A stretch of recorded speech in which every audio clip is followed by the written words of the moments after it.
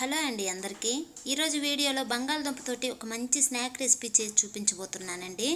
అందుకోసం ఒక బౌల్లో 2 కప్పుల మైదా పిండిని తీసుకోవాలి. ఇందులో చిటికెడు సాల్ట్ అలాగే కొద్దిగా కరగ పెట్టుకున్న 1/2 టేబుల్ స్పూన్ వరకు నెయ్యిని వేసుకోవాలండి. ఇప్పుడు దీన్ని ఒక్కసారి బాగా కలుపుకోవాలి. తర్వాత ఇందులో 1 స్పూన్ వరకు వామును వేసుకొని పిండిని నెయ్యి మొత్తం పట్టే వరకు ఈ విధంగా ముద్దయ్యేలాగా కలుపుకోవాలండి.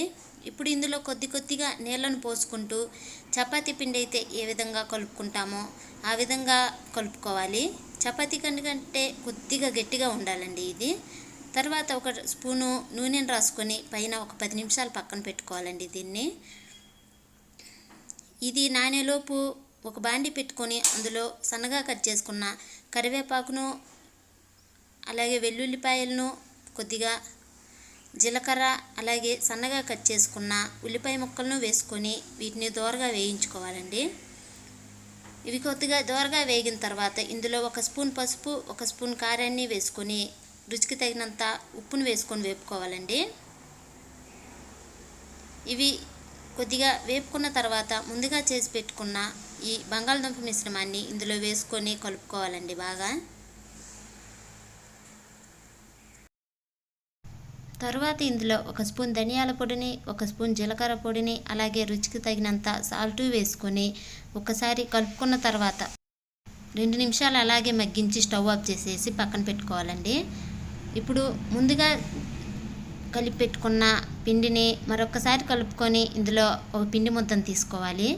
దీన్ని పొడి పిండి చల్లుకోకుండానే మామూలుగానే ఈ విధంగా చపాతీలాగా రుద్దుకున్న తర్వాత ఇటువంటి గుండ్రంగా ఉండే ఒక మూత తీసుకొని దీన్ని సమానంగా కట్ చేసుకోవాలండి ఈ విధంగా. ఇప్పుడు ముందుగా చేసి పెట్టుకున్న బంగాళదుంపను చిన్న బాల్లాగా చేసుకొని దీనిపైన పెట్టుకొని చుట్టూ కొద్దిగా నీళ్ళను రాసుకోవాలి. ఇప్పుడు చాక్ తీసుకొని దీంతో ఈ విధంగా కట్ చేసుకోవాలండి దీన్ని. ఈ విధంగా కట్ చేసుకున్న తర్వాత దీన్ని ఒక్కొక్కటిగా ఈ విధంగా మడుచుకోవాలండి. దీన్ని పూర్తిగా కవర్ అయిపోతుంది, ఎక్కడ బయటికి రాదండి లోపల స్టఫింగ్ అనేది. మనము ఆలు సమోసా కంటే దీన్ని ఇంకా ఈజీగా చేసేసుకోవచ్చు. మీరు ఒక్కసారి ఈ విధంగా ట్రై చేయండి.